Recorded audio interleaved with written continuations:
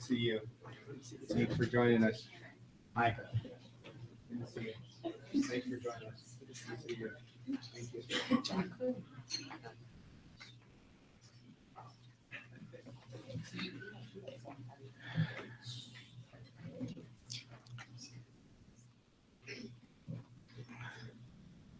Unfortunately, over the weekend, Senator Joe Singh from Davenport passed away. And I want to start out by just saying that I'm saddened to hear of my friend Senator Singh's passing. He bravely fought cancer for 2 years while continuing to serve his constituents at the State House. Joe was a devout member of the Catholic Church and someone who I enjoyed working across the aisle with on issues involving life and non-public education. Joe was a true statesman who worked for the common good. He will be dearly missed. Chris and I want to extend our thoughts and prayers to the family. This morning, Lieutenant Governor Reynolds is speaking on a panel in Columbus, Ohio at the National Association of Women Business Owners Conference, so she could not join us. But I am joined this morning by the Executive Director of the College Student Aid Commission, Karen Misjack, Jacqueline Wardadow. I get that right? Wardadow? Wardado. Thank you very much, Karen. Or Jacqueline and Karen. Wardado. And she's a 9th grade student from Perry, and she's on crutches because she was injured in a soccer game. So, and a number of other students and teachers from across Iowa who will be part of discussing this campaign that we're beginning this week. And I am pleased that immediately after the press conference, I will be signing a proclamation for designating this week as Gear Up Iowa Week in the state of Iowa. Preparing for college can be a daunting but very important and critical undertaking for students and their families. Gear Up Iowa stands for Gaining Early Awareness and Readiness for Undergraduate Programs. It is a federally funded program aimed at helping low-income students start and stay on the path to success. Gear Up Iowa is one of 41 Gear Up programs that was funded by the U.S. Department of Education. And it's a great honor that we were successful because there were over 200 applicants. The Iowa College Student Aid Commission administers this 7-year, $22 million federal grant that supports more than 7,000 students who are now starting 9th grade in 26 high schools. In addition to local districts, the Iowa College Student Aid partners with the Iowa Department of Education and other state agencies, over 20 Iowa colleges and universities, community organizations, and business and industry. These partners will provide in-kind matches totaling over $22 million. 12 school districts were selected as Gear Up Iowa partners because more than 50% of their students qualify for free and reduced price lunches. The Iowa College Student Aid Commission has awarded over $1.6 million to 12 Gear Up Iowa districts to date, and another $1 million allocated for this current school year. And I have visited both East High School and Hoover High School in past years to meet with students that are part of this program. Gear Up Iowa's 12 partner schools are Cedar Rapids, Clinton, Columbus Junction, Davenport, Denison, Des Moines, Fort Dodge, Marshalltown, Ottumwa, Perry, Sioux City, and Storm Lake. And Gear Up Iowa fits in with our Future Ready Iowa goal of having 70% of Iowans in the workforce having education and training beyond high school by the year 2025. Put simply, we need more Iowans pursuing education and training beyond high school with either college degrees or registered apprenticeships that can lead to the qualifications for good careers. Under Gear Up Iowa, students and their families receive services aimed at preparing them academically, financially, and inspirationally to enroll and succeed in college and in careers. In the first 2 years of the grant, students and families have participated in campus visits, job shadowing, career fairs, financial aid advice, and tutoring and mentoring. Over 500 educators participated in professional development opportunities sponsored by Gear Up Iowa, and 60 students participated in Gear Up Iowa Student Leadership Summit that was held this past June. When Gear Up Iowa students enrolled in post-secondary education, Iowa College Student Aid will award approximately $11 million in Gear Up Iowa scholarships to these students. I have declared this week, well, we'll be doing that immediately after this press conference, as a Gear Up Iowa Week in the state of Iowa, and I urge all Iowans to join me in this observance. And now I'm pleased to welcome Karen Mischak from the Iowa College Student Aid Commission to say a few words. Karen? Thank you. Thank you, Governor. And thank you for helping us celebrate Gear Up Week across the nation. We are very proud of this program, and we're proud to administer this program. This is the second Gear Up grant that the state of Iowa has received. We received the first grant, and the students graduated in 2014, and right now they're juniors in college across the state. And then in 2014, we received the second Gear Up grant, and those we started working with the students in 7th grade. And as the governor indicated, they're in 9th grade this year. And we start working with that age group in order to start building a college-going culture. And the students might be the first generation college students in their family, and so there are a lot of barriers that we have to overcome and a lot of information that we need to provide. Gear Up Iowa goals include student achievement, so increasing the number of minority and low-income students who graduate from high school prepared to succeed in post-secondary education. Support for high school programs, and this is helping to ensure that high school students complete rigorous college prep courses and graduate and easily transition into post-secondary education. Student and family support by fostering a college-going culture, guiding students and families as they plan, prepare, and pay for post-secondary education. Seamless education systems, partnering with the higher education institutions across Iowa to increase higher education access and success. And Iowa College Aid is working to improve the lives of all Iowans. As we do so, we must keep in mind these important facts. By 2025, 68% of all jobs in Iowa will require post-secondary training, making it essential for us to reach the governor's 70% goal. 2015 ACT results indicated that 48% of Iowa students were interested in STEMs, fields, science, technology, engineering, and math, and maintaining that interest is important to meeting future career demands. In 2014, 68% of Iowans graduating from college had student loan debt, and their average debt ranked 8th highest in the nation.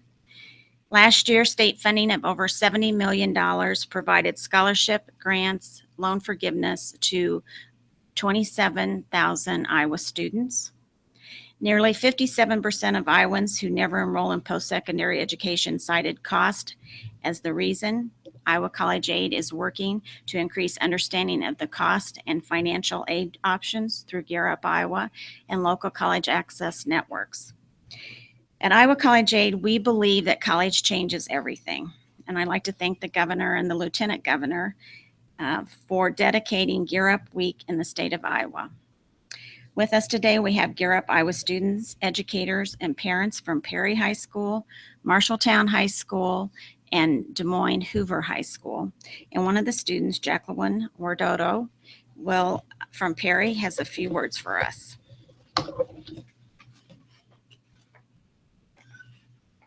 I have a few words about Gear Up. To me, Gear Up is it gives us opportunities.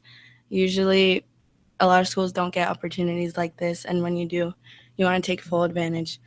And when you have when you have this opportunity, you want to go beyond, and you really want to go all the way to get where you want to go. So like obviously there are schools that don't have opportunities like this, and they're like my parents, they didn't get to go to college, and they didn't get to have they didn't have opportunities like I have today. So I'm very grateful for having opportunities like this. And Gear Up gives me a lot of ideas about like jobs that I want to go to, or like it helps me understand more about what I want to do, so I know that I'm going into a job that I love and I won't regret. So it's been really fun. I got to meet a lot of new people in the summit, and that was a great opportunity. And I'm glad to have this opportunity, and it's been really fun to get to know people and have mentors and just be here. And I hope one day that I'll get to have a job that I love and something like worthwhile, that I'll get up and be, yay, I'm going to work. And yeah, thank you. Okay, thank you. Well, Jacqueline, thank you, and Karen, and we now open it for your questions on this subject. Governor, can you explain the state's financial contribution to this program? This is a federal grant. Are there any plans? Well, the College Student Aid Commission is a state agency, but it's being administered by the College Student Aid Commission. But we applied for, I think I explained that in my remarks, we were one of 41 out of over 200 that received this Gear Up grant. And it started a few years ago. I visited some of the schools. I visited East High School and Hoover that have received it. I've had an opportunity, the Lieutenant Governor and I, to interact with the students. They feel this is a great program. And obviously, we're pleased that Iowa was successful in getting this grant, and we're appreciative that the College Student Aid Commission is administering it on behalf of the state. Karen, how many of the first round of students are still enrolled in college? Well, the retention rate of the ones that went, 77% are, we have retained them. Probably a little under half of the cohort entered post-secondary education in 2014. But we are very pleased with the success rate on retention, and we are, studying that, and we will provide research out on that particular cohort. Do you know why half of them didn't go to college? Just a lot of it, just the situations.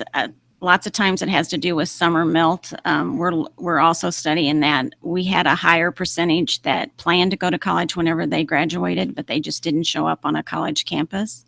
And so a lot of things happen. You are dealing with low income, underrepresented students, and there's a lot of different situations that occur, and sometimes they need to enter the workforce as soon as they can.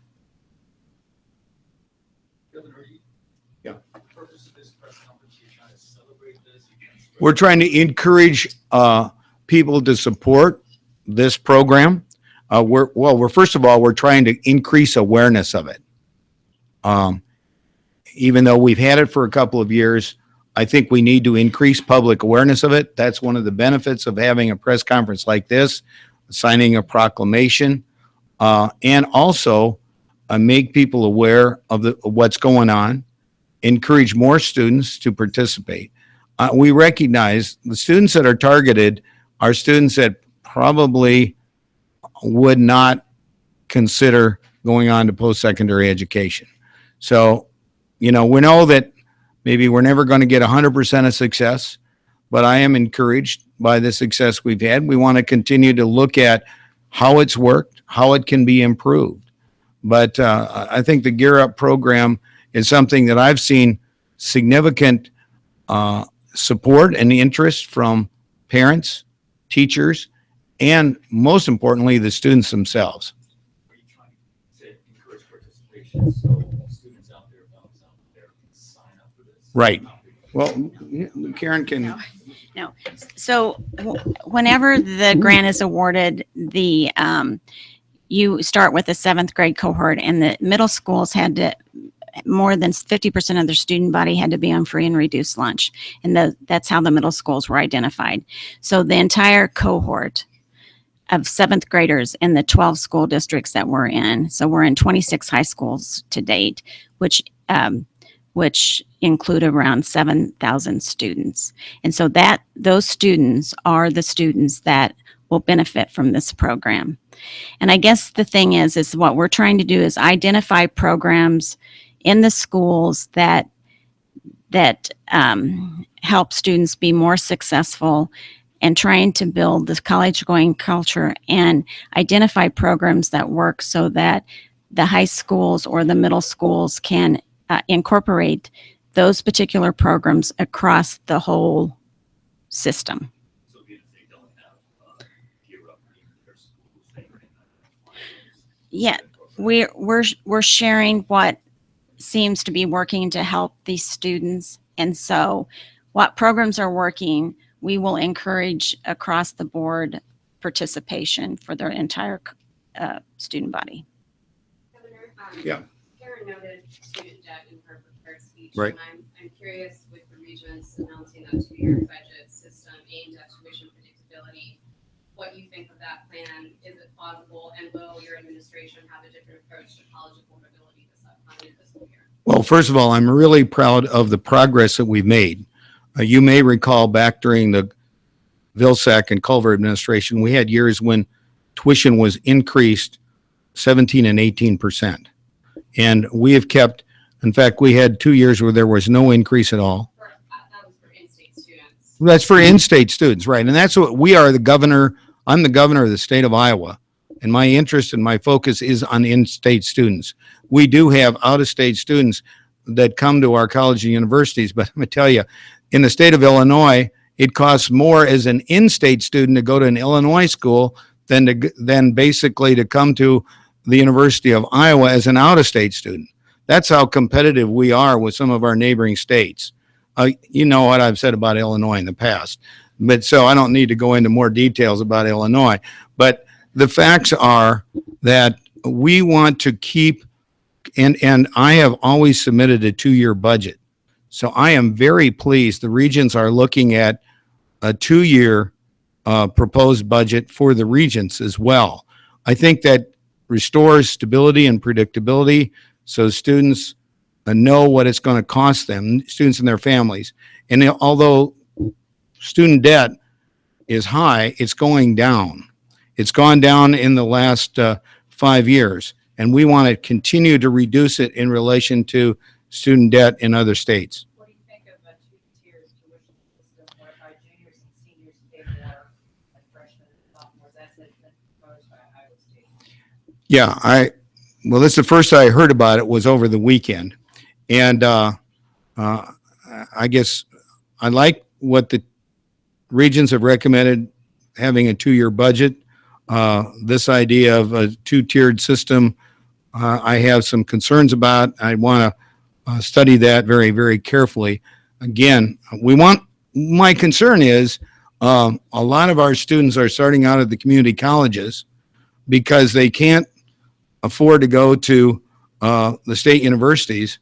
So we don't want to penalize them by having a higher tuition for them in their junior and senior years. So we already know that a lot of students are starting in the community colleges. And I think one of the reasons for that is the cost. And so that would be my concern. And that's something I think the regions should carefully study as they consider the suggestion that's been made by Iowa State. Governor, I want to make sure I understand your remarks earlier about your priority is in-state tuition students. I would say out-of-state students might balk at that kind of notion because their tuition has continuously increased during their respective 2 or 4 years that they're at these 3 public Compared to their own states. And Illinois students by droves are leaving the state of Illinois and coming to Iowa and paying out-of-state tuition.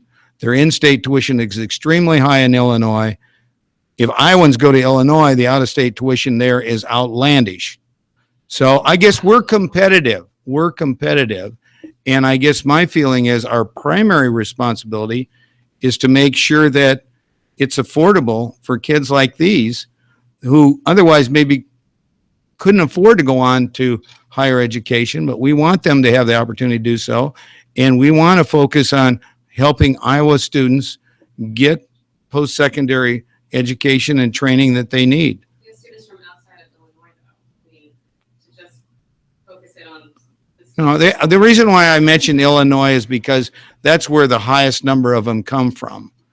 But the fact is, we are a state university. And as a state university supported by the taxpayers, it is appropriate that Iowa students pay a lower tuition than somebody that comes from out of state. And those out of state students, they can go wherever they want.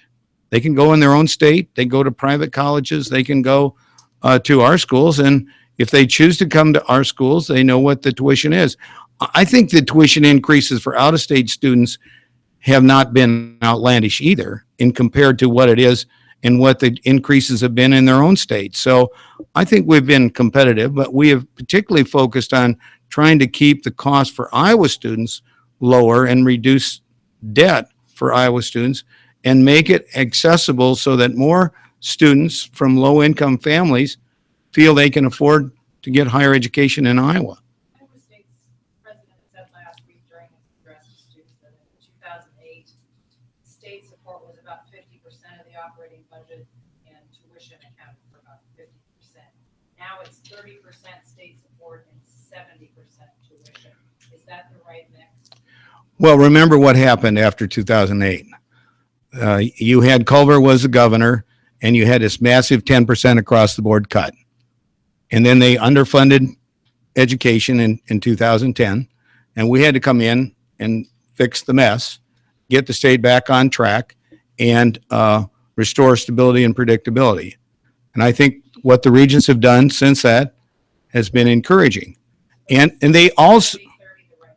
well, I don't know what exactly the right mix is.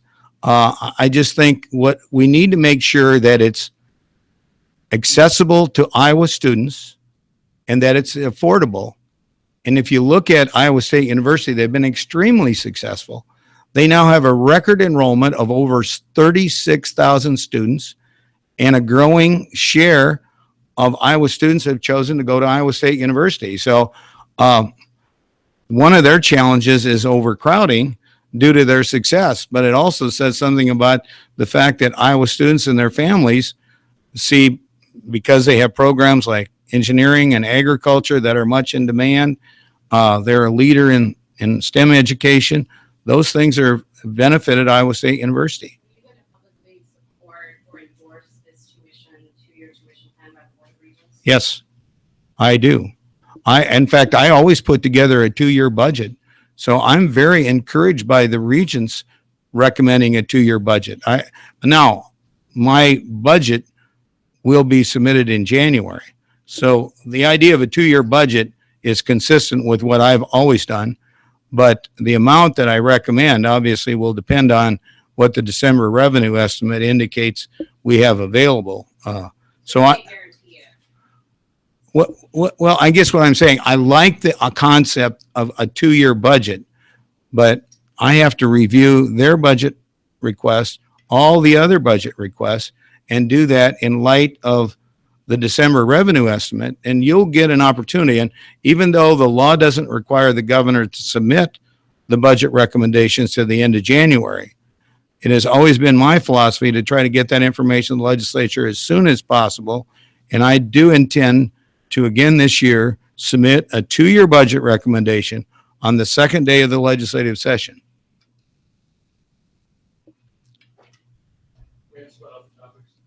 Yeah, we can go on. We can go on to other. Yeah. Governor, there are 8 states, or 9 states this fall, this November, that have marijuana initiatives on the ballot. Some of them are, I think 5 of them are for legalization of all marijuana. Certain other ones are for medical marijuana. If those are favorable, or if there's a trend in favor of that, are you likely to be more open towards legalizing marijuana for recreational use or for medicinal use? Well, I'm not interested in legalizing marijuana for recreational use. I think that would be a big mistake, and I think it's created a lot of problems in the states that have done it. With regard to medical cannabis, I've indicated an openness to making adjustments or changes in our law involving that, providing that we can do it in a way that prevents inappropriate use for recreational purposes. Governor, are you confident, equally confident at this point, that both Hillary Clinton and Donald Trump have Iowa caucuses versus if they are? Well, I'm confident that Trump will, because I traveled with him from the Des Moines airport to the Roast and Ride event for Joni Ernst, and he specifically mentioned in his speech that he supports keeping the Iowa caucuses first. He said he supports Iowa first, but he said he didn't like caucuses. Well, but he still says he wants to keep Iowa first. He prefers primaries over caucuses. I understand that, but that's not our system. And he supports keeping the Iowa caucuses first. Or do you think Hillary Clinton's not on that? No, she is not, and I don't trust her.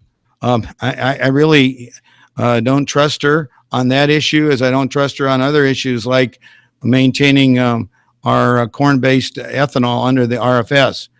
She's toying with the California environmental extreme that wants to go to this low carbon standard in lieu of the RFS. And that would basically discriminate against corn-based ethanol. It would be disastrous for our economy. So I'm very concerned about her position, and she has not made it clear that she supports keeping the Iowa caucuses first. What about getting rid of the rent? Is that a good idea? No, it's not a good idea. We ought to keep that is part of the renewable fuel standard Right, and for a brief time. for 15 minutes, and that was corrected immediately. Unfortunately, you got some staff people that didn't understand that, but my son, I think, got that straightened out really fast. So I'm really proud of the work he did, and he was very instrumental in convincing Donald Trump that he ought to support the renewable fuel standard. And Trump made it very clear at the speeches that he's given recently, and again in correcting that he supports the renewable fuel standard, and the RINs are part of that. Governor, Pence is here today. Yep. King is here today. It looks like the polls seem to be almost, well, clear that Trump has been widening his lead in Iowa. Why is that? What is happening? Because you know a lot of, well, of course, Obama took the state a couple of times, and a lot of other battleground states have not been so favorable for Trump. What's happening here in Iowa that? Well, Trump is gaining ground all over the country, but he's done particularly well in Iowa, and I think part of it is his focus on Iowa, the fact that he's been here a lot, that Governor Pence is here twice today, and just the issues. Iowans care about balancing the budget, and under this administration and under Hillary Clinton's agenda, we'd go deeper and deeper in debt. It's already approaching $20 trillion. And then you've got concerns about safety. I mean, you saw over the weekend the very weak response that Hillary made to these terrorist attacks that occurred over the weekend. I mean, we need a new, strong leadership that's going to make America great again, not somebody that's going to follow the failed policies of the Washington, D.C. establishment that's been in control for the last 8 years. Well, my heart goes out to the people that were injured by that. I'm very concerned about the fact that we have terrorists in this country. It happened also in St. Cloud, Minnesota, as well as in New York and maybe in New Jersey. But we're living in a very dangerous world. And this administration hasn't taken the threat of ISIS and Islamic extremists seriously enough. And that's why I think we need new leadership, and we need to work in a coordinated effort to try to identify where the threats are and who the people are that are identified with ISIS and are a danger to the health and well-being of our citizens. played out this weekend, how does it do Trump well for him to keep pushing a false claim against Hillary Clinton and then have Chris Christie Sunday morning continue to push this when the facts are not there to back either one of them? Well, I'm not going to go back into the past history. I'm just saying I think that issue has been put to rest. But if he's pushing, he is directly saying that Hillary Clinton herself pushed this, and if there's no facts. Her staff did back in 2008.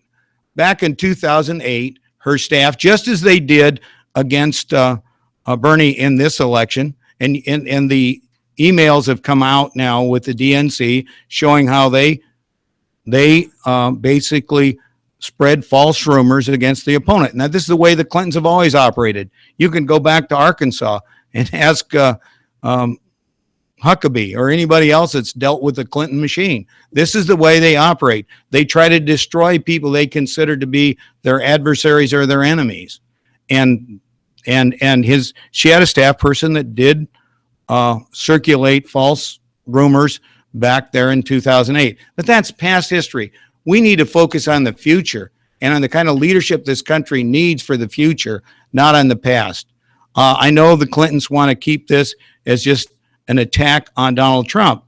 I think instead it needs to be a focus on the future of America. Who's going to provide the leadership to get this country out of this massive debt that we're in? Who's going to get this country back into a leadership position in the world and protect us against the threat from ISIS and Islamic extremists? And I think that Donald Trump has demonstrated he's got the strength and he's got the courage to make those kind of tough decisions. Just want to better understand, Governor, what exactly why do you believe that Hillary Clinton, you can't trust her to keep Iowa first in the nation caucuses? Like, is there a specific reason? Well, yeah, Iowa has embarrassed her, and Iowa has been a problem for her again and again and again. It's obviously she's not come to Iowa near as much as Donald Trump has. It's obvious that her polling isn't going very well here. Her early campaigning everybody thought she ought to put Bernie Sanders away early. Well, she didn't do that here. With all the leadership of the Democratic Party and all the establishment behind her, she barely squeaked out a victory, and that all depended on flipping the coin in several of the caucus sites. So it's obvious that I think she's got an Iowa problem, and we're concerned that, first of all, she hasn't said that she wants to keep the Iowa caucuses first. Secondly, even if she did, could we trust that she would keep her word on that? Because she's broken her word on so many other things and lied about so many things. Last question, Governor, do you believe that Barack Obama was born in the United States? Yes, Thank you, Governor. I think that's been put to rest. Thank you.